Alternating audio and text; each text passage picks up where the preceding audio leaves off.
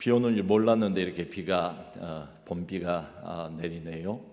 참 고맙게도 우리 총장님께서 일부러 우산을 가지고 이게 숙소까지 이렇게 오셔서 기다려 주셔서 참 감사했습니다.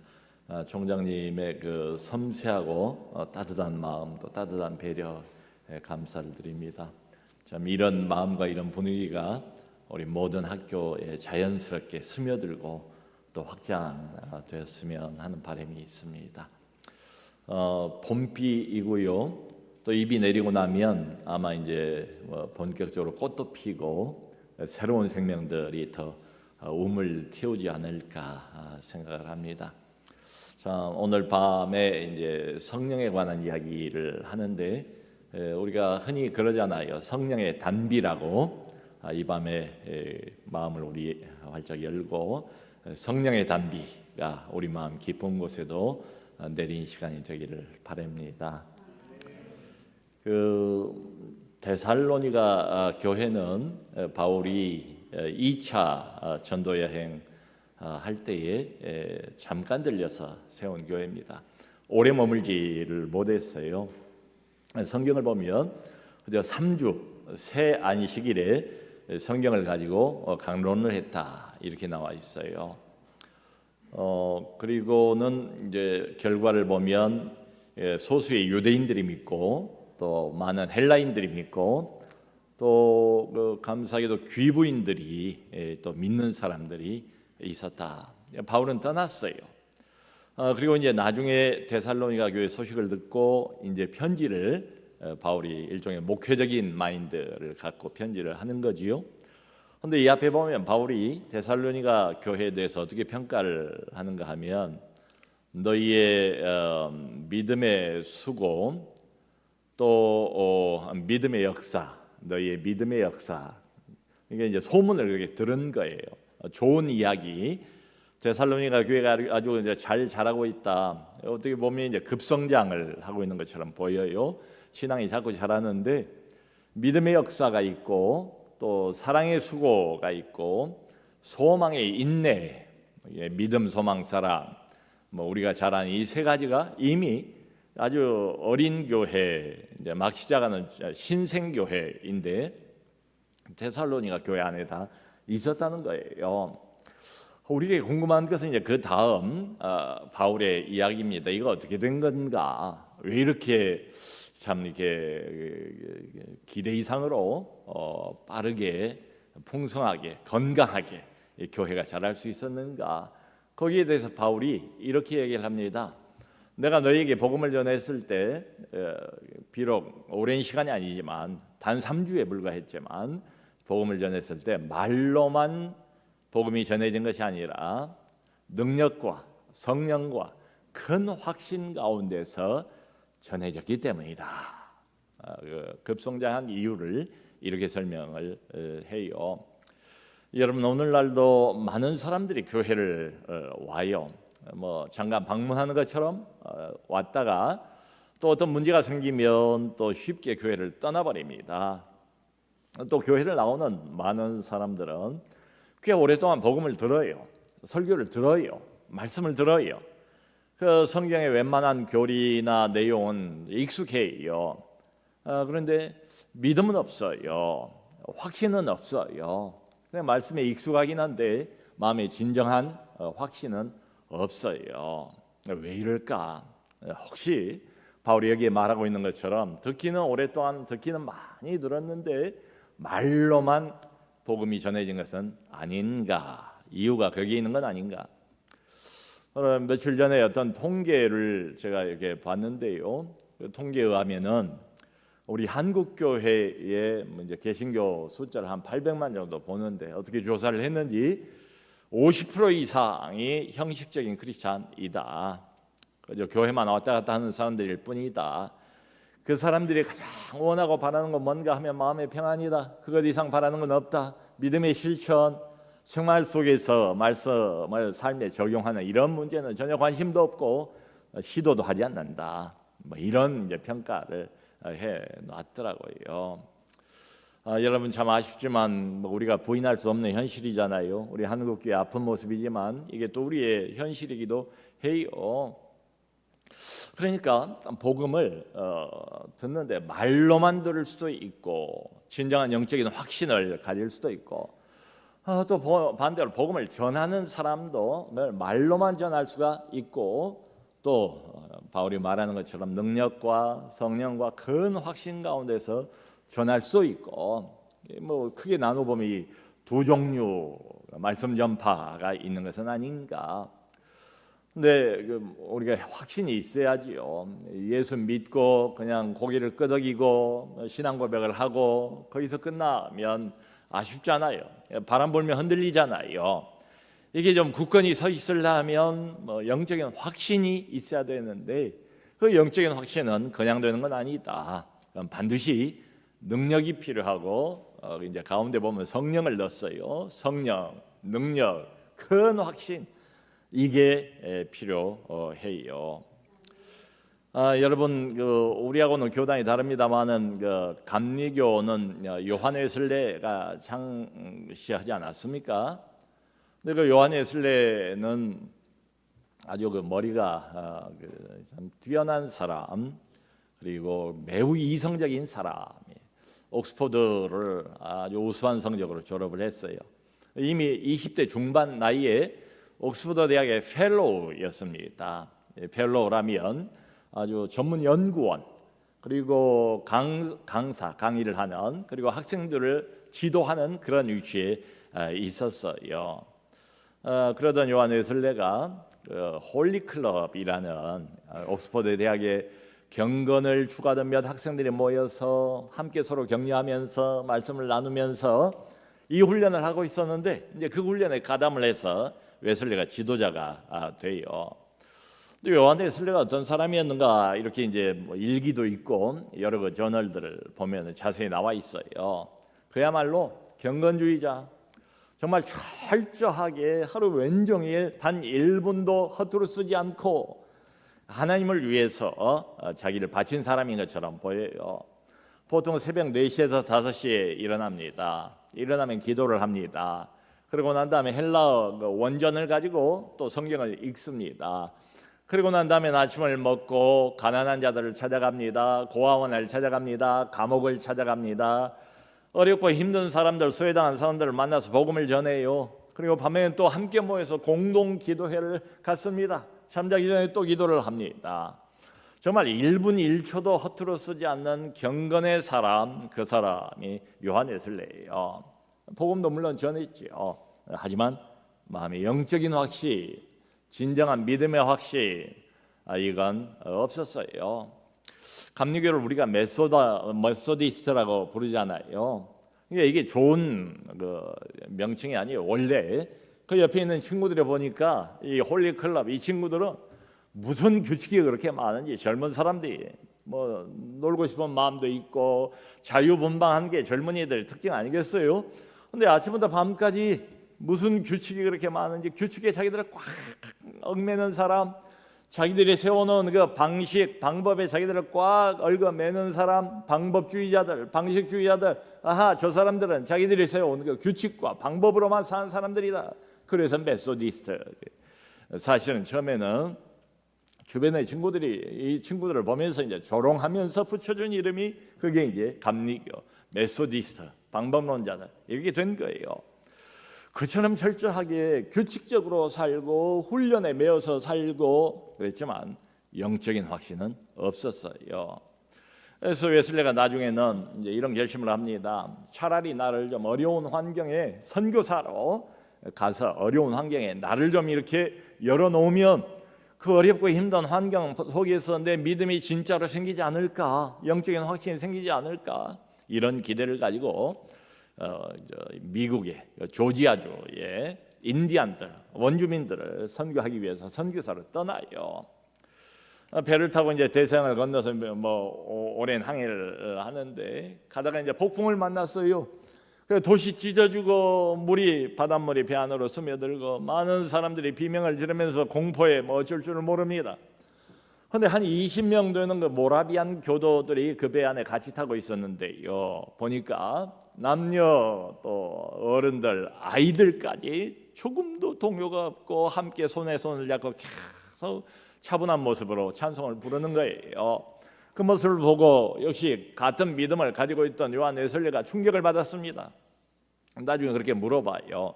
당신들은 두렵지 않습니까? 이 바다, 이 폭풍이 무섭지 않습니까? 죽음을 무서워하지 않습니까? 그랬더니 지도자가 하는 말이 우리는 죽음을 두려워하지 않습니다. 우리 여자들도 심지어는 아이들도 죽음을 두려워하지 않습니다. 이 모라비안 공동체는 믿음의 확신 이걸 매우 강조하던 신앙 공동체예요. 그리고 이제 조지아주를 갑니다. 근데 2년 동안 선교를 했는데 완전히 실패를 해요. 단 한 사람도 회심자가 없어요. 건지지를 못합니다. 그리고는 낙심한 채로 다시 2년 뒤에 대서양을 건너서 돌아와요. 돌아오면서 웨슬레가 자기 혼날 말처럼 답답한 심정에서 그런 말을 했겠지요. 그렇게 이야기를 한 대목이 있어요. 나는 인디안들을 회심시키러 갔지만 그러나 내 마음은 도대체 누가 회심을 시킨단 말인가. 영적인 확신 그때도 없었어요. 거기 갔다 와보면 뭔가 달라질 줄 알았는데 전혀 달라지지 않는 자기를 보면서 낙심했습니다. 한 영혼도 건지지 못한 자기를 보면서 깊이 실망도 하고 상처도 받고 낙심한 채로 런던으로 다시 돌아온 거예요. 그리고 요한 웨슬레의 그 일기를 보면 1738년 5월 24일입니다. 그날이 이제 특별한 날이에요. 그날도 이제 영국으로 돌아온 뒤에도 이 모라비안 교도들에 대한 관심을 계속 웨슬레가 가졌던 것 같아요. 와서 피터볼레라는 이제 루터교 목사예요. 그러면서 모라비안 공동체의 지도자입니다. 그 사람하고 교제가 시작이 됐어요. 그런데 웨슬리가 고백하기를 이 사람이 나이는 자기보다 적어도 자기에게 진정한 믿음이 뭔가를 가르쳐준 사람이다. 이게 일종의 영적인 멘토가 된 거예요. 피터벨레가. 그 피터벨레에게 자기의 솔직한 심정을 그렇게 고백을 했습니다. 내가 믿음을 설교하지만 그 믿음이 정작 나에게는 없습니다. 영적인 확신이 나에게는 없습니다. 내 안에 영적인 확신도 없고 믿음도 없으면서 계속해서 이렇게 설교를 하고 복음을 이야기하는 건 위선 아닙니까? 그러므로 나는 설교를 그만두는 게 좋다고 생각이 됩니다. 그랬더니 그 말을 듣고 이 피터벨레가 아주 지혜롭게 대답을 해요. 그러지 말고 여보시오, 믿음이 생길 때까지 설교를 하시오. 그리고 그 믿음이 생기거들랑 그 믿음에 관해서 설교를 하세요 라고 격려를 해준 거죠. 설교를 그만두지 말라고, 믿음이 생길 때까지 설교를 하라고, 그리고 그 믿음을 얻으면 그 믿음에 관해서 사람들에게 설교를 하라, 이렇게 격려를 해요. 그러다가 이제 1738년 5월 24일이 된 거예요. 그날도 이제 저녁에 뭐 자원해서 간 것도 아니고 그 모임에 몇 번 참석을 했던 것 같아요. 그저 내키지 않는 마음으로, 마음은 깊은 침체 그리고 마음의 부담, 어두움 이런 것을 가지고 거의 억지로 그 모임에 참석을 했습니다. 그 런던 시내 한복판에 있는 올드스게이트 거리가 있어요. 거기에서 열리는 역시 모라비안 그 공동체의 한 10명에서 20명, 많은 수가 아니에요. 작은 집단입니다. 그 모임에 참석을 한 거예요. 근데 그 일기를 보면 그때에 자기가 이제 좀 늦게 들어갔는데 들어가는 순간 사회자가 이 앞에서 뭘 읽고 있었는가 하면 마틴 루터가 쓴 로마서 주석 서문을 읽고 있더래요. 여러분, 루터가 어떤 사람이었습니까? 루터가 원래는 수도원의 사제 아니었습니까? 가톨릭의 신부 아니었습니까? 하나님에게 그 인정을 받으려고 얼마나 무수히 많은 노력을 합니까? 고행을 합니까? 자기를 처복종시킵니까? 십자가형으로 그냥 바닥에 엎드려서 하루에도 5시간, 6시간 회개를 하고 일어서도 하나님의 용서를 받지 못한 것 같은 그런 느낌. 하나님을 사실은 마음속으로 미워하고 저주했던 사람. 한 손에는 율법책을 들고 한 손에는 채찍을 들고 끊임없이 자기를 쫓아오는 그런 무서운 하나님으로만 생각했던 루터가 복음의 그냥 번개처럼 하나님의 말씀에 번개가 그에게 임해서 로마서 1장 16절 17절을 통해서 복음을 깨닫게 되잖아요. 그리고는 중세 천년의 암흑을 향하여 개혁의 횃불을 높이 들지 않습니까? 그런 루터가 쓴 로마서 주석이니까, 그 서문이니까 짐작이 가지요. 로마서 주석 서문을 읽고 있더라는 거예요. 그러면서 이제 그 요한 웨슬레의 그 일기를 보면 이제 그런 한 구절이 있어요.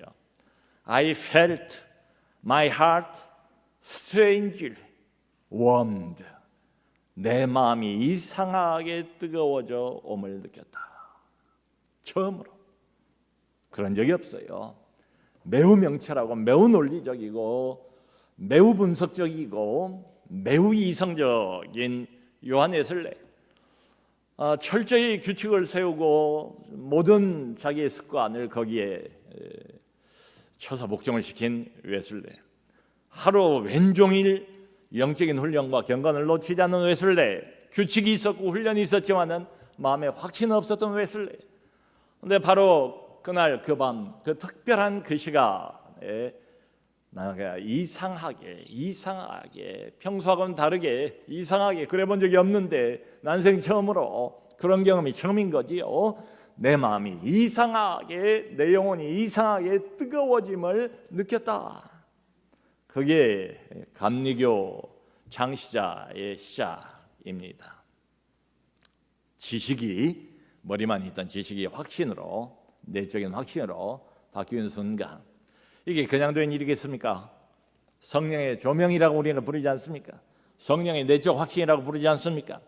예외적이고 특별한 방식으로 성령께서 이 사람을 찾아오신 거지요. 눈을 열어주신 거지요. 마음을 열어주신 거지요. 빛을 보게 하신 거지요. 하나님의 살아계신 하나님의 임재를 부어주신 거지요. 하나님의 아이디어가 아니고 개념이 아니고 신학 이론에 갇혀있는 분이 아니고 살아계신 하나님인 것을, 하나님의 임재를 성령께서 바로 그날 그 밤 그 시간에 이 요한 웨슬레에게 부어 주신 거지요. 여러분, 이런 일들은 뭐 역사에 많이 있습니다. 우리가 잘 아는 프랑스 사람 블레이즈 파스칼이라고 있잖아요. 방세를 쓰는 사람. 인간은 생각하는 갈대다가 유명한 이야기를 남긴 사람 말이죠. 이 파스칼은 이제 알려지기로는 철학자고 수학자고 엘리트 과학자. 이미 10대 때부터 학계에, 과학계에 널리 알려진 어린 천재 소년 과학자, 수학자였습니다. 그러니까 어려서부터 명성을 얻었고 거기에 따르는 돈도 있었고, 그리고 일찌감치 프랑스 사교계에 발을 들여놓았고, 이 모든 것들을 어릴 때부터 다 누린 사람이었지만 마음은 늘 공허했어요. 그 전에 이미 신앙을 받아들였습니다. 그럼에도 불구하고 내적인 깊은 확신은 없었어요. 그러다가 파스칼이 일찍 죽어요. 39 나이로 죽습니다. 죽고 난 다음에 사람들이 파스칼이 이제 옷을, 유품을 이렇게 정리하다가 깜짝 놀랐어요. 뭔가 이상한 거 하나를 발견했어요.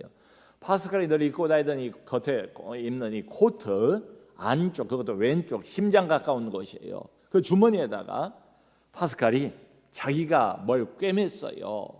양피지로 된 작은 손바닥만한 그 양피지 종이인데 그걸 둘로 겹쳐가지고 여기다 꿰맨 거예요. 심장 가까운 곳에 죽을 때까지 그걸 입고 다니는 거예요. 열어보니까 거기 뭐라고 써져 있는가 하면 파스칼의 특별한 날, 특별한 시간, 자기의 특별한 경험, 영적인 경험이 거기 적혀 있는 거예요. 꽤 길어요.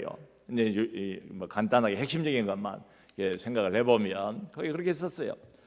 1654년 11월 23일 밤 10시 30분부터 새벽 12시 30분까지 2시간이죠. 날짜와 시간을 정확하게 파스칼이 기억을 하고 있습니다. 1654년 11월 23일 밤 10시 반부터 새벽 12시 30분까지. 그리고는 그 옆에 뭐라고 썼는가 하면 불, 파이어 그렇게 썼어요. 그리고 그 밑에다가 아브라함의 하나님, 이삭의 하나님, 야곱의 하나님, 하나님은 철학자들과 학자들의 하나님이 아니라, 그리고 또 그 밑에다가 확신,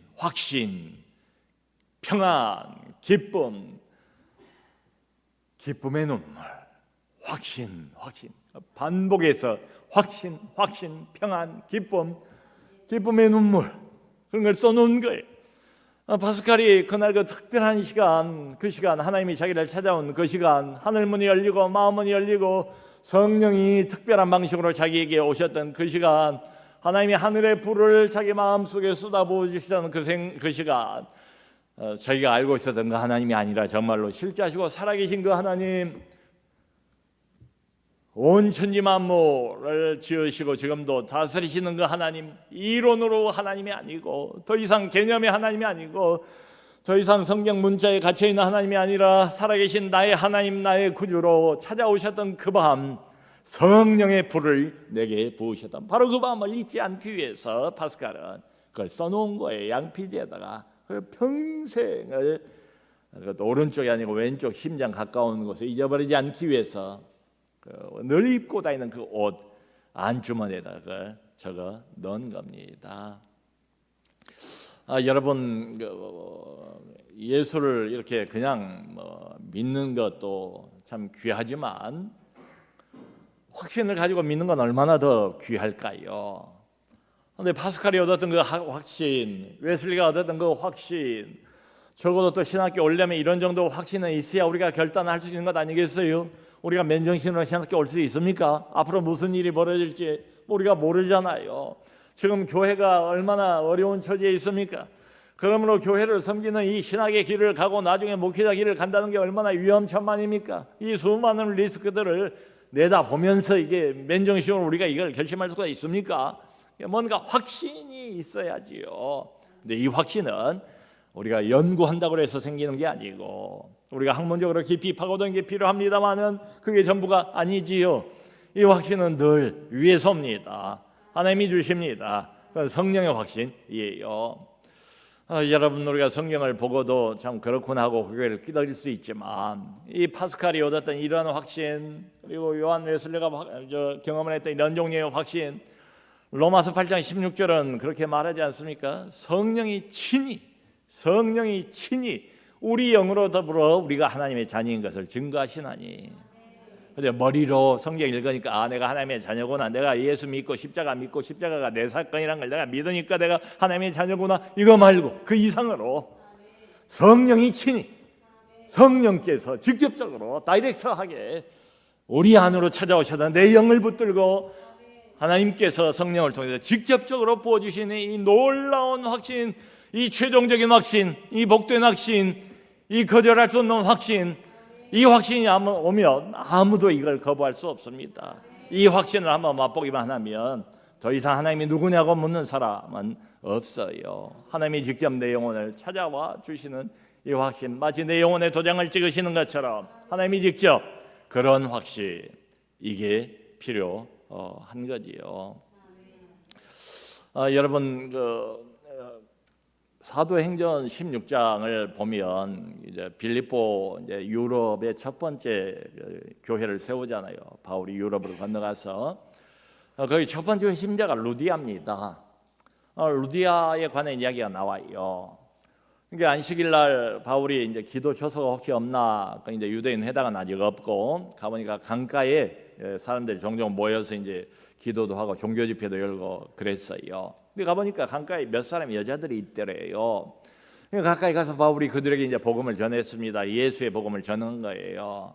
그런데 그 여러 명 여자들 중에서 성경에 그렇게 나왔습니다. 루디아만 믿어요.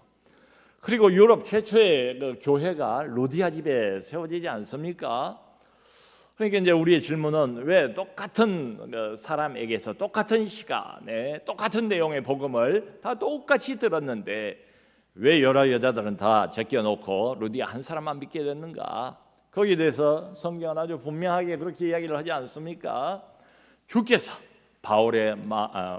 루디아의 마음을 열어 바울의 말을 따르게 하신지라, 옛날 성경에 청종하게 하신지라. 저는 이제 그 번역이 더 좋은 것 같아요. 주께서 루디아의 마음을 열어 바울의 말을 청종하게 하신지라. 그러니까 여러분, 성경이 뭘 말하고 싶어 하는 겁니까? 바울의 이 학식이 루디아의 마음을 열었다, 이 말이 아니잖아요. 바울의 웅변이 루디아의 마음을 움직였다, 그 말이 아니지 않습니까? 바울이 아니었다, 바울을 사용하신 하나님이었다, 바울을 성령께서 쓰셨다, 주님께서 직접 루디아의 마음을 여셨다, 성령께서 직접 하늘의 빛을 비추시고 루디아의 마음을 여셨다, 복음을 들을 때 복음을 깨닫게 하셨다. 이 복음 사건이 바로 자기 것인 것을 믿을 수 있도록 성령께서 특별한 확신을 루디아에게만 부어 주셨다, 이런 이야기지요. 여러분, 아닌 게 아니라 한번 생각해 보세요. 우리가 전하는 이 복음을 이성적인 사람들이 맨정신 가지고 이게 믿을 수 있겠습니까? 하나님이 사람이 되다니요, 말이 됩니까? 하나님이 죽었다면서요. 예수가 하나님인데 그 하나님이 죽었다면서요. 아니, 하나님이 죽는 수가 있습니까? 그리고 성경에 나와 있는 온갖 기적들을 어떻게, 참 이성적인 사람이라면, 상식이 있는 사람이라면 맨정신으로 이걸 믿을 수 있냐고요. 동정녀 처녀의 몸에서 아기가 나오고 물 위로 사람이 걸어다니고 죽은 다음에 다시 사람이 살아나고, 얼마나 참 엉터리 같은, 똥단지 같은 이 계명천지 대낮에 이게 무슨 해괴망측한 소리인가, 이런 조롱이나 비난을 한 사람들도 있잖아요. 믿을 수가 없어요. 그 토마스 제퍼슨이라는 사람이 있습니다. 이제 알려지기로는 미국의 독립선언문을 기초한 사람이 토마스 제퍼슨이고, 미국의 3대 대통령이 토마스 제퍼슨이에요.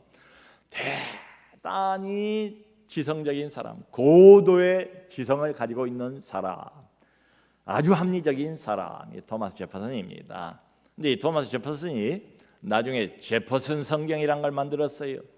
이 제퍼슨 성경이 뭔가 하면은, 성경의 그 복음서에 좋은 이야기가 많이 나와 있잖아요. 예수님의 그 사랑에 관한 교훈, 희생에 관한 교훈, 양보에 관한 교훈, 모든 인류가 다 받아들일 만한 좋은 교훈들 아닙니까?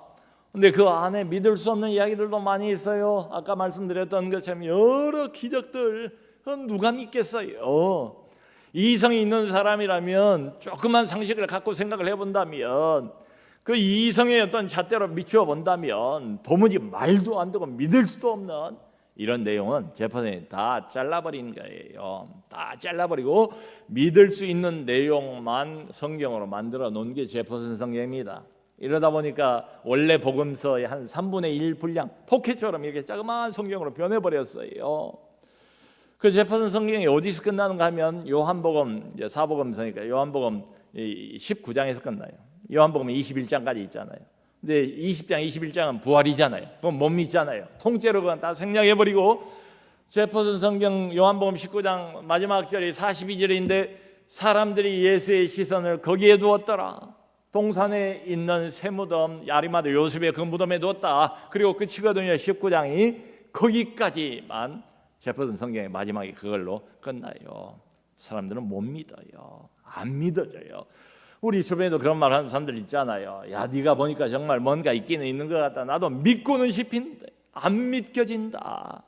믿고는 싶다. 그런데 안 믿어진다. 이런 말 하는 사람들이 있어요. 제가 영국에 있을 때 참 희한하다 싶은 게, 부활절이 이제 우리도 곧 다가오지 않습니까? 지금 사순절이고 4월 첫째 주가 부활절인데, 그 부활절이 가까울 때쯤 되면 꼭 그 영국 그 무슨 라디오 이런 데 나와가지고 이제 목회자들이 가톨릭 신부도 나오고, 어떨 때는 성공의 목회자도 나와가지고 뭘 고백을 하는가 하면 일종의 양심선언을 하는 거예요. 나는 이제 더 이상 예수님의 그 부활의 이야기를 팩트로, 사실로 그렇게 믿지는 않습니다. 과거에는 그렇게 믿었지만 그건 어리석은 때였고 우매한 때였고, 이제 나는 좀 더 개화된 인간이 되었으니까, 좀 더 문명이 되었으니까 나는 이제 더 이상 그런 것들을 사실로 믿지 않습니다. 의미적으로 예수님의 사랑과 예수님의 희생과 예수님의 좋은 가르침과 윤리와 도덕과 이런 것들이 우리 안에 부활했다, 그게 필요하다, 그건 믿지만 받아들이지만, 제퍼슨 성경도 그거예요. 완전히 윤리책으로, 예수는 누군가 하면 윤리교사예요. 하나님의 아들이 아니고 우리를 위해서 십자가에 죽으시는 구속주가 아니라 이 말이죠. 사람들은 못 믿어요. 그걸 이제 양심선언을 하는 거예요. 목회자라는 사람들이 나와가지고 마치 기독교 최대의 명절인 부활의 초를 치는 것처럼 목회자들이 그런 일들을 하더라고요. 제가 공부했던 그 런던 바이블 칼리지는 유럽에서 가장 큰 복음주의 신학교로 알려져 있습니다. 이제 뭐 지금은 이제 줄어서 한 300명 된다고 그래요. 그래도 큰 거지요. 유럽에서 말이죠. 복음주의 신학교예요. 뭐 뛰어난 그 교수들이 거기를 거쳐간 교수들이 많아요. 유명한 도널드 거스리, 하워드 마샬, 랄프 윈터, 막스 터너, 토니 레인 뭐 이런 사람들, 마이클 그린 이런 사람들, 기라성 같은 복음주의 학자들이 가르쳤던 학교예요. 그리고 1년에 한 번씩은 복음주의 신조의 교수들이 다 서명을 해요. 근데 문제는 뭔가 하면 사인을 거기에 서명을 하는 것하고 실제로 가르치는 현장의 분위기는 좀 다른 것 같아요. 전 합동신학원에서 개혁주의 신학을 배웠잖아요. 제 눈으로 볼 때는 마치 통합식 비슷한 것 같아요. 열어놓고 가르치는 것 같아. 이런 이론 저런 이론도 있으니 너희들이 알아서 선택을 해라. 마치 그런 식처럼 박윤선 박사님이 여기서 목이 타지도록 그냥 입술을 이쪽으로, 그분이 이제 이게 마음을 담아서 이야기를 하면 입술 한쪽에 올라가거든요. 그냥 하면서 이 네오 올토독스, 이 신복음주의, 신정통주의는 오늘은 이게 하나님 말씀이다, 성경에 그랬다가 내일은 또 그분이 이제 지금도 기억이 나요. 손을 확 뒤집으면서 내일은 또 하나님 말씀이 아니다, 오늘은 하나님 말씀이었다가 내일은 하나님 말씀이 아니었다, 이러면 되겠습니까? 이게 이론이 아니지요, 개념이 아니지요, 신앙이지요. 신학이라는 게 성경에 딱 두 발을 이렇게 딛고 뿌리를 내리고 있는, 거기서부터 출발을 하고 어쨌든 그 성경적인 신앙, 개혁 신앙을 심어주려고 그 예를 썼는데, 그 학교 학자들은 그런 노력, 예선 뭐 그런 건 전혀 보이질 않아요. 그 이제 석사 시간에 한 번은 그런 일이 있었어요. 부활에 관한 토론을 해요. 매주마다 그 교수가 주제를 이렇게 따로 이렇게 내주는데, 그냥 뭐 책 두꺼운 책 읽고 또 그 논문도 이제 다 이게 정해주면 그 논문 다 봐야 하는데, 그걸 어떻게 매주마다 그걸 다 봅니까? 그래도 이제 중요한 부분은 또 보고 가야 토론을 할 수가 있으니까 한 뭐 10명 이제 석사 과정 학생들이 교수 한 사람 모시고, 근데 이제 부활에 관한 토론을 하는 거예요. 근데 그날은 교수 부인이 관심이 있어서 그랬는지 원래는 이제 그 학교 학생이었대요, 자기도. 근데 이제 교수님하고 이제 결혼을 한 거예요. 근데 토론을 하는데 이 10명 된 학생들이 쫙 둘로 갈라지는 거예요.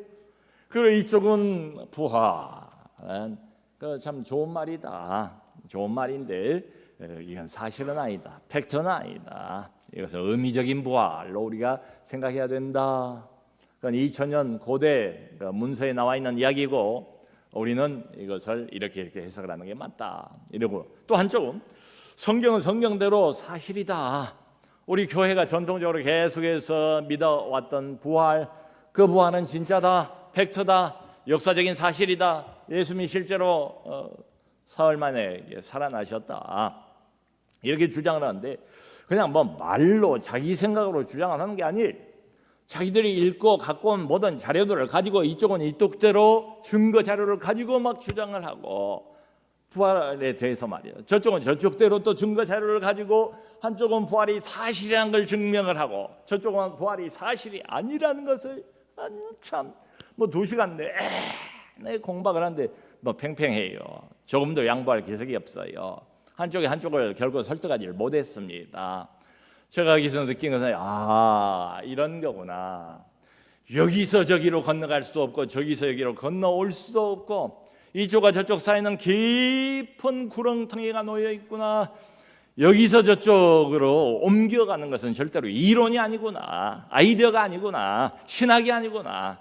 건너갈 수 있는 길은 다른 건 없다. 믿음밖에 없다. 믿음밖에 없다. 그리고 그 믿음은 그냥 생기는 건 아니다. 근데 정말 가관인 것은 이제 그 토론을 다 지켜보고 있던 제가, 다른 건 다 생각 안 나고 다 잊어버렸는데 워낙 이제 인상적이어가지고 그게 기억이 나는 거예요. 토론을 다 지켜봤던 이제 한때 그 학교 학생이었던 이 이제 요 교수 부인이 나중에 이제 자기가 짤막하게 일종의 이제 자기 어떤 간증처럼 그런 이야기를 하는 거예요. 자기도 과거에 는 참 순진하게 부활을 그렇게 사실로 믿었대요. 그런데 자기도 신학을 공부하고 난 뒤에는 그게 아니라는 것을 알게 됐대. 마치 더 진보된 인간이 된 것처럼, 더 진화된 인간이 된 것처럼, 더 나은 인간이 된 것처럼 그런 식으로 교수 부인이 하는 이야기를 듣고 제가 속으로 도대체 무슨 놈의 신학을 배웠길래 한 인간을 저렇게 만들어버렸을까? 믿음을 잃어버리게. 말로는 신학의 가면을 쓰고 있지만 사실 이단 사설보다 더 무서운 이런 것을 배워가지고 저런 이야기를 하고 있는 걸 보니 영국 교회가 왜 이렇게 힘없이 여기서 저기서 자꾸 무너지고 문을 닫는가? 그 이유를 알겠구나. 그런 생각이 들더라고요. 여러분, 우리는 뭐 믿고 있는 사람들이고 다 같은 동질의 믿음을 갖고 있으니까 이게 별것 아닌 것 같아도 맨정신으로 이건 믿을 수가 없고요. 이론으로만 믿을 수도 없고요. 누구든지 성령이 아니고서는 예수를 주라고 부를 수 없다고 그러지 않습니까? 성경이 문자 그대로 하나님의 말씀인 것을 믿는 것도 성령의 조명이고 하늘의 빛이 있어야 믿어지고, 예수가 정말로 나를 위해서 죽으신 하나님의 아들이요 나를 위해서 십자가에 죽으신 내 주님이고 내 주인이라는 것을 믿는 것도 역시 성령의 역사가 있을 때만 그게 믿어져요. 우리가 그 사도행전 2장을 보면 오순절 날 성령이 오지 않습니까? 오순절 성령이 임하자 방언이 터지고 방언하는 소리가 들리자 여러 유대인들이 몰리고 이게 뭔 소리인가 가만히 보니까 이상하고 사람들이 달리 해석은 안 되고 처음 보는 광경이고, 그러다 보니까 이 사람들이 이게 술 취했는가 보다 사람들이. 그러니까 베드로가 성령 받고 난 뒤에 맨 처음 일어나서 설교를 하지 않습니까? 때가 제 3시니 그래 아침 9시. 때가 아침 9시인데 이 사람들이 술 먹고 이러는 게 아니다. 이는 선지자 요엘로 말씀하신 바, 성령을 받자마자 600여 년 전에 쓰여진 요엘 선지자의 기록을 해석하는 것부터 시작을 하는 거예요. 내가 말세 모든 육체에 남종과 여종에게 내 영을 부어주리니 너희가 보고 듣는 이 현상이 그 약속과 예언의 성취다 하는 걸 선포를 하잖아요. 그날 3,000명이 돌아오지 않습니까? 그리고는 성전 미문에 있는 그 걷지 못한 사람 이렇게 올라가다가 베드로가 보고 그러잖아요. 은과 금은 내게 없지만 내게 있는 것으로 내게 주노니 곧 나사렛 예수 이름으로 일어나 걸으라. 손목을 잡고 일으키니까 이 사람이 일어나는 거예요. 걷기도 하고 뛰기도 하면서 그걸 사람들이 다 봤죠. 성전 미문에 있으니까. 이 소문이 삽시간에 예루살렘에 다 퍼집니다. 그래서 사람들이 몰려드니까 사도들이 복음을 전하잖아요. 그날 이 복음을 듣고 믿는 사람만 남자만 5,000명이라고 그랬어요. 어마어마한 놀라운 사건이 예루살렘 한복판에서 일어난 겁니다. 깜짝 놀란 이 대제사장들 얼마 전에 자기들이 예수를 십자가에 못 박아 죽였잖아요. 안 되겠다 싶어가지고 사도를 다 가둬버립니다. 그리고는 이제 큰일 났다 싶었던지 그 대제사장의 문중 전부가 다 들고 일어나서 그 다음 날 사도들을 이렇게 다 세워놓고 물어보는 거예요. 도대체 너희가 무슨 권세와 누구 이름으로 이런 일을 행하느냐? 그때 베드로가 성경 보면 그렇게 나왔어. 성령이 충만하여 가로되, 성령이 충만하여 가로되, 만일 너희가 우리가 행한 착한 일에 대해서 이 사람이 어떻게 구원을 받았느냐고 질문을 한다면 너희와 모든 이스라엘 백성들은 알라. 너희가 십자가에 못 박고 하나님이 살리신 나사렛 예수 그리스도의 이름으로 이 사람이 일어나 건강하게 되어 너희 앞에 섰느니라. 이 예수는 너희 건축자들의 버린 돌로서 집 모퉁이의 머릿돌이 되었느니라. 다른 이로서는 구원을 얻을 수 없나니 천하 인간의 구원을 얻을 만한 다른 이름을 우리에게 주신 일이 없음이라. 여러분, 베드로가 얼마나 참 멋지게 복음을 변화합니까? 더 이상 뒤로 물러서지 않는 베드로, 관원과 대제사장들 앞에서도 그들의 살기등등한 눈길 앞에서도 조금도 뒤로 물러나지 않고 우뚝 두 발을 딛고 일어서서 복음을 변호하는 베드로. 바로 얼마 전만 해도 자기 목숨이 아까워서 3번씩이나 마지막에는 저주까지 하면서 예수 이름을 나 모른다고 부인했던 겁쟁이 베드로는 온데간데 없잖아요. 베드로가 왜 이렇게 변한 거지요? 베드로가 새로운 결심을 한 겁니까? 베드로가 무슨 사생결단을 해서 이렇습니까? 그게 아니지요. 성경은 분명히 말하고 있지 않습니까? 베드로가 성령이 충만하여 가로되, 성령이 충만하여 가로되. 이 성경 보면 사도행전 7장에 스데반 집사 돌에 맞아 죽지 않아요. 최초의 순교자. 근데 이 스데반 집사에 대해서 성경에 뭘 말합니까? 유대인들하고 스데반 집사가 변론이 붙었대요. 논쟁이 붙었대요. 근데 유대인들이 도무지 이 스데반 집사의 논쟁을 당하지를 못하더래요. 근데 이유가 뭡니까? 그 이유를 스데반이 지혜와 성령으로 말함을 이기지 못해요. 자기의 머리로만, 자기 아이디어로만, 자기 지식으로만 그렇게 이야기를 한 게 아니래요. 성령의 지혜로 스데반이 이야기를 했대요. 여러분, 이런 교회 역사상에 이제 여기저기서 많이 일어났어요. 지금까지도. 우리는 그 전도자 도와인 무디에 대한 이야기를 알고 있지 않습니까? 무디는 그 자기 삼촌 구두 가게의 점원으로 일을 했던 사람이에요. 그러다가 이제 에드워드 킴볼이라는 그 주일학교 교사를 통해서 회심을 했어요. 나이 17살에. 그런데 이제 이 사람이 교회 다니고 주일학교를 맡아서 교사 일을 하고 하면서 애들이 이제 점점 많이 모이는 거예요. 여러분, 무대에게 이제 은사가 있는 거죠. 복음을 전하는 은사, 복음을 쉽게 전하는 은사, 사람들 마음을 여는 은사. 아이들이 막 몰리니까 주일학교가 100명, 200명 막 커지는 거예요. 그러면서 자연스럽게 루디는 신학교를 가본 적도 없지만 평신도지만 나는 그러니까 평신도입니다, 평신도 설교자입니다, 그런 이야기를 늘 해요. 교회가 생기게 된 거예요. 아이들이 몰리니까 부모들도 몰리지 않겠어요? 나중에는 아이들만 주일학교만 1000명, 1500명, 어른들만 1200명, 1500명 이렇게 모이는 교회가 된 거예요. 그런데 어느 날 모디의 그 시카고 이제 그 교회를 출석을 하다 어떤 두 여성이 예배가 끝나고 난 다음에 무디에게 와서, 목사가 아니니까 목사님이라고는 안 하고, 미스터 무디, 우리는 당신을 위해서 계속 기도하고 있습니다. 기도하는 진행인 praying 했으니까 ing를 붙여서 계속 기도하고 있습니다. 뭘 기도하십니까? 라고 무디가 물어보니까 당신이 성령의 능력을 받기를 기도하고 있습니다. 그럼 이제 돌아간 거예요. 아니, 자기는 성령 받았고 이미, 그리고 목회를 어쨌든 이렇게 성공리에 잘하고 있고 시카고에서 가장 큰 교회 중에 하나가 된 거예요. 이러고 있는데 무슨 또 성령의 능력을 더 받아야 한단 말인가?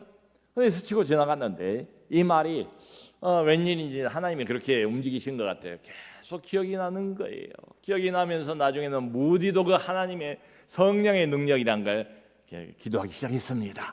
점점 마음이 갈급해지는 거예요. 하나님이 그 여성들이 내게 이야기했던 나를 위해서 기도하고 있다는 그 성령의 능력, 무디가 열심은 있어요. 은사도 있어요. 근데 뭔가가 내게 빠져 있다는 걸 자기도 암암리에 느끼고 있었던 것 같아요. 근데 그 여성들을 통해서 도전을 받은 거예요. 그 성령의 능력을 내게도 주옵소서. 아주 갈급한 심정이 돼가지고 나중에 간절히 기도를 하고 있었습니다. 그러다가 뉴욕에 전도 집회가 있어서 집회자 거기를 갔어요. 가다가 이제 낮에 뉴욕 맨하탄 한복판에 있는 월가 금융가가 있잖아요. 거기를 걷고 있는데 바로 그때에 하늘문이 활짝 열리고 무디의 마음이 활짝 열리고 하나님이 성령을 그냥 물 붓듯이 기름 붓듯이 마치 폭탄 세례를 부어 넘치도록 부어주신 것처럼 그렇게 하나님이 부어주시기를 시작했습니다. 그런 경험은 처음이었어요. 무디가 참 여러 번 비슷한 경험은 했을지 모르겠지만 이렇게 전격적으로 이렇게 강하게 이렇게 깊이 있게 하나님의 압도적인 사랑, 하나님의 압도적인 임재를 느껴본 적이 없어요. 워낙 강하게 하나님께서 성령을 부어주시니까 무디가 이제 길거리에서 이래서는 안 되겠다 싶었던지 가까운 곳에 있는 자기 친구 집에 급하게 찾아갔답니다. 그리고 그 친구 집으로 들어가서 방문을 걸어 잠그고 이제 마음껏 하나님이 부어주시는 은혜를 받은 거예요. 성령의 특별한 기름 부음을 받은 거예요. 바로 그날 그 시간 무디에게 아주 특별하고 예외적인 방식으로 하나님의 성령께서 그야말로 갑절로 영감을 더해 주시는 거죠. 압도적인 하나님의 사랑, 하나님의 임재를 하나님이 뚝 내려주시고 부어주시는데 나중에 무디가 하나님 제발 그 손을 이제 멈춰주세요. 이제는 됐습니다. 이제는 됐습니다. 인간의 연약한 육신이 하나님의 그 놀라운 영광을 다 감당할 수가 없어요. 금방 더 받으면 이제는 육신이 부서져 버릴 것만 같은 그런 느낌. 하나님의 영광, 하나님의 사랑, 하나님의 임재, 말로 표현할 수 없는, 한 번도 경험해보지 못한 이걸 받으면서 하나님 이제 그만 주세요. 그만 주세요. 이제 됐습니다. 당신의 손을 거두어 주세요. 여러분 정말로 희한한 것은 그 뒤에도 무지가 계속 설교를 했는데요, 설교 내용이 바뀐 건 아니에요. 사람이 바뀐 것도 아니에요. 설교 내용도 그대로고 사람도 그대로인데 사람들이 회심하기 시작하는 거예요. 무수히 많은 사람들이 무디의 설교를 듣고 뭔가에 홀린 것처럼, 뭔가에 끌린 것처럼, 마치 지남처 자석에 모시에게 달라붙는 것처럼 사람들이 하나님 앞에 나오고 무릎을 꿇고 회개하고 눈물을 흘리고 회심을 하는 사건이 생기기 시작했습니다. 여러분, 우리가 잘 아는 영국의 설교의 왕자가 찰스 스펄전 아닙니까? 찰스 스펄전에 관해서 그런 말이 있어요. 이 스펄전이 있었기 때문에 영국은 프랑스가 피해 혁명을 겪었는데 스펄전의 설교 때문에 영국은 그 피해 혁명이 없이 지나갈 수 있었다. 뭐 이런 평가를 할 정도예요. 근데 그 스펄전이 좀 설교의 왕자라고 불리운 사람이니까 오직 설교를 잘하겠어요. 영국 강단이 좀 높아요. 그러니까 이 강단까지 올라가려면 이렇게 삥 둘러서 계단을 이렇게 올라가야 하는데 그 계단이 한 15개 되는지 뭐 20개 되는지 스펄전이 그렇게 고백을 해요. 설교를 하기 위해서 이 계단까지 올라가는 그 순간을 놓치지 않고 계단 하나하나로 올라갈 때마다 자기는 속으로 그렇게 외친대요. 자기에게 리마인드를 시킨대요. 나는 성령을 믿습니다. 나는 성령을 믿습니다. 또 한 계단 올라가면서 나는 성령을 믿습니다. 또 한 계단 올라가면서 나는 성령을 믿습니다. 성령을 믿습니다. 성령을 믿습니다. 스펄전이 그런 말을 했어요. 설교에도 금설교가 있대요. 금설교는 뭔가 하면 그야말로 효과 있는 설교, 임팩트가 있는 설교, 영혼에 닿는 설교. 그 설교는 뭔가 하면 사람들에게 저건 내 이야기다라고 적용이 잘 되어 있는 그런 설교예요. 그런 설교를 안 줄 사람은 없다는 거예요. 그거야말로 이제 금설교다. 이제 스펄전이 하나를 더 이야기해요. 그걸 뛰어넘는 딱 하나의 설교가 있는데 그건 다이아몬드 설교다. 그 다이아몬드 설교는 뭔가 하면 성령께서 사용하시는 설교. 그 사람이 지식이 있든 지식이 없든, 그 사람이 웅변적이든 조용한 사람이든 상관이 없대요. 성령께서 어떤 사람을 꽉 붙으시고 그 사람을 사용하는 게 설교인데, 성령께서 어떤 사람을 통해서 말하는 그 다이아몬드 설교. 성령이 말씀하시면 그걸 거절할 영혼은 없다는 거예요. 성령이 직접 그 영혼에 말씀하시면 그것을 어떤 인간도 듣지 못할 인간이 없다. 마음을 강팍하게 닫고 있을, 저주받아서 지옥불로 들어가기를 작정한 사람 아니면 그런 인간은 없다는 거지요. 이게 무엇을 말합니까? 진짜 설교, 진정한 설교, 우리도 이제 설교자로 부름을 받은 셈인데, 진정한 설교는 사람의 소관이 아니다. 그건 항상 성령의 소관이다. 실제로 뭐 드문이 이르긴 하지만 이제 그런 말들도 해요. 설교자들이 평생에 몇 번을 경험해 볼 수 있을지 모르겠어요. 어떨 때는 성령이 너무 강하게 임재하셔서 마치 자기는 입술을 완전히 성령에게 맡기고 성령에게 빌려드리고 옆에서 이렇게 발장을 끼고 설교를 하시는 성령을 쳐다보고 관망하고 있는 것 같은 느낌이 든다는 거예요.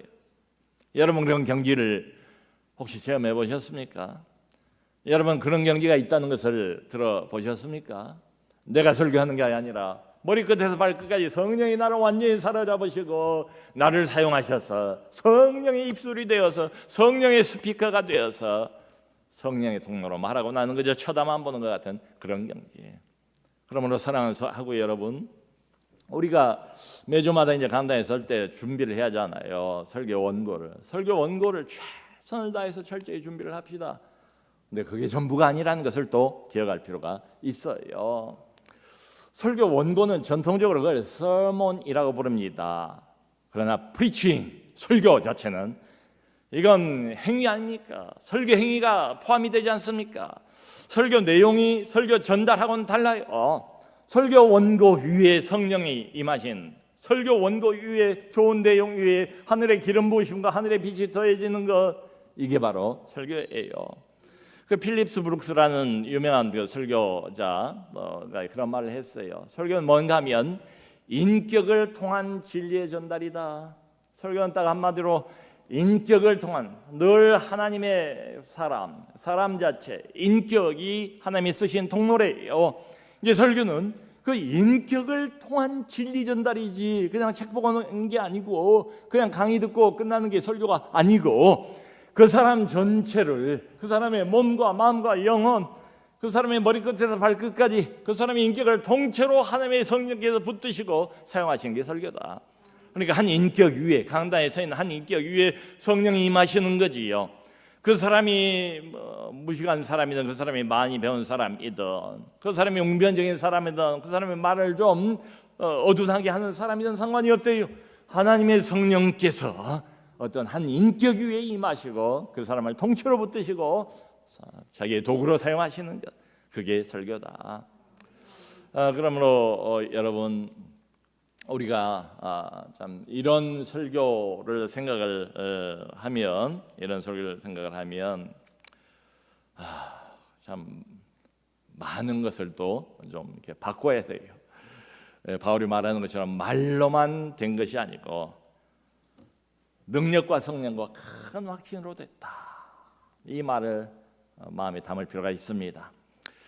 실제로 이제 경험을 해보시겠지만, 강대상 위에 올라가면 아무도 없어요. 나를 도울 자 아무도 없습니다. 나도 나 자신을 믿기가 어려워요. 나는 홀로 여기 섭니다. 완전히 혼자예요. 그런데 한 분이 계십니다. 이 강대상 위에 나를 도울 유일한 분, 이 강대상 위에서도 나를 붙들어 주시고 하나님의 백성과 하나님의 교회와 자신의 이름과 영광을 위해서 나를 돕기로 만반의 준비를 갖추고 계신 분이 한 분이 계세요. 그분이 바로 성령이십니다. 여러분, 성령이 설교자에게 임하실 때는 되게 두 가지가 나타난다고 그러죠. 성령의 프리덤, 성령의 자유, 또한 성령의 파워, 성령의 능력. 이게 임하면 나도 알고 이걸 듣고 있는 청중들도 알아요. 뭔가 설교자에게 특별한 일이 일어났던 걸 압니다. 하나님의 성령께서 이 시간 이 자리에 오셔서 설교자를 붙드시고 그의 입을 사용하실 때에 말로 할 수 없는 성령의 자유로움, 이게 없으면은 앞에 앉아 있는 부장 장로님 얼굴이 자꾸 보이고 저쪽 뒤에 있는 목사님 얼굴도 자꾸 의식이 되고, 나하고 관계가 썩 좋지 않은 내가 어려워하는 교사 눈치도 보이게 되고, 자꾸 헤매게 되고 자의식이 생기고 원고에 빠지게 되고 원고에 매이게 되고 이렇게 돼요. 근데 성령이 임하시고 거룩한 영이 임하시고 능력이 임하고 큰 확신이 내게 임하고 성령이 내 마음을 지배하시면 이런 것들로부터 완전히 벗어나게 됩니다. 그야말로 자유로운 영혼으로 그 누구에게도 막히지 않고 누구에게도 구애받지 않고 하나님의 성령에 완전히 사로잡혀서, 원고에 사로잡히는 게 아니라 하나님의 영에 사로잡혀서 말씀을 자유롭게 전할 수가 있어요. 인간의 능력이 아닌, 인간의 열심이 아닌, 내 목소리를 높이는 것하고는 전혀 종류가 다른 차원의 파워, 하늘의 파워, 성령의 파워, 특별한 기름 부으심, 우리가 간절히 사모해야 될, 교회를 교회되게 하고 영혼을 살리고 생명을 가져다주는 이 진정한 영적인 파워를 느끼게 됩니다. 고린도전서 2장에 바울이 그러잖아요. 내가 너희에게 나갈 때 늘 두려워하며 떨었다. 떤 이유는 바울이 연약해서가 아니고요, 바울이 겁쟁이라서 그런 게 아니고요, 무대 공포증이 있어서 그런 게 아니고요, 사람을 두려워한 게 아니고, 내가 전하는 이 복음이 내 지혜의 말로 전해질까 봐서, 어쨌든 내가 전하는 이 복음이 성령의 나타남과 능력으로 전달될 수 있기를 힘썼다고 하지 않습니까? 그러므로 사랑하는 우리 학우 여러분, 다른 거 다 제쳐놓고 월요일부터 금요일까지 화수목금은 열심히 공부하고 최선을 다하고 개혁신학을 배우고 훌륭하고 좋은 교수님들로부터, 이 기회가 아니면 이런 것들 배울 수가 없어요. 너무도 귀한 자양분, 이 귀한 3년 놓치지 마시고 열심히 공부하고 할 거 다 하고 숙제도 잘하고 시험도 잘 보고 최선을 다합시다. 그리고 금요일 날 오후부터는 이제 교회를 맡았으니까 그때부터는 기도하세요. 금요일 오후부터 적어도 주일, 토요일 있잖아요. 주일 있잖아요. 계속 기도하세요. 기도가 뭡니까? 하나님, 나는 약합니다. 나는 못합니다. 하지만 하나님은 하실 수 있지 않습니까? 하나님이여 나를 불쌍히 여겨 주옵소서.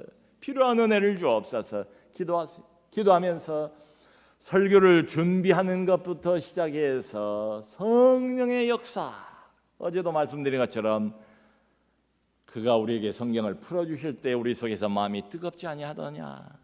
지금도 부활의 영인 성령으로 우리 안에 계셔서 우리를 도울 만반의 준비를 하고 계시는 그 부활의 영이신 성령, 그분을 의지하시고 그분에게 내 눈을 열어 기이한 법을 보게 해달라고 기도해야지요. 이 설교는 준비 단계부터 혼자 하는 게 아니고 성령과 함께 더불어서 기도하는 마음으로, 그리고 강대상에 섰을 때도 하나님의 특별한 이 능력을 구하세요.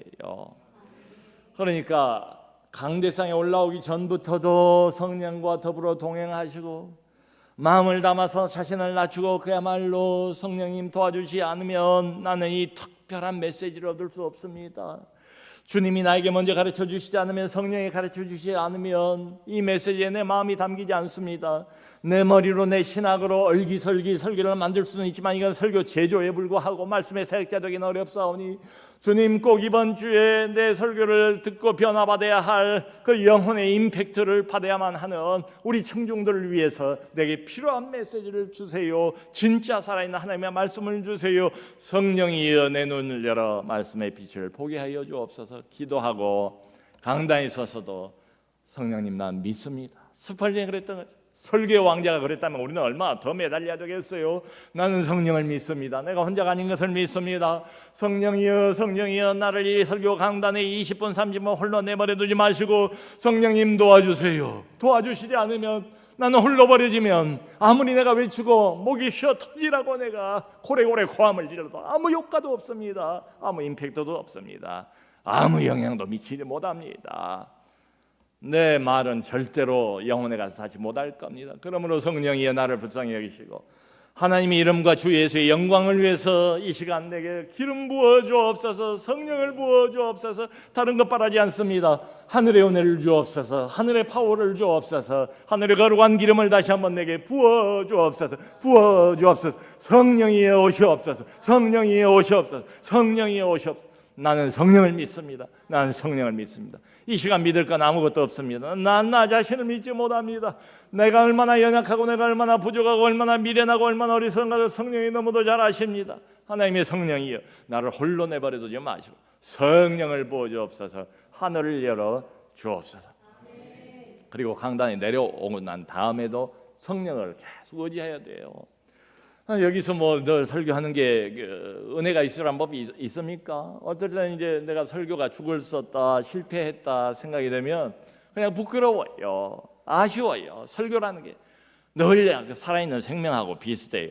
이번에는 이게 안 됐다가 저번엔 또 저게 안 됐다가 내가 설교에 실패했다 그러면 또 말씀을 맡은 자의 책임이 너무 무거우니까 부끄럽고 수치스럽고 책임을 다 완수하지 못했다. 나는 그 부담이 너무도 커요. 이게 현관에 서 있으려고 해도 어디 쥐구멍이 있으면 들어가고 싶고 도망치고 싶고 그런 때도 있어요.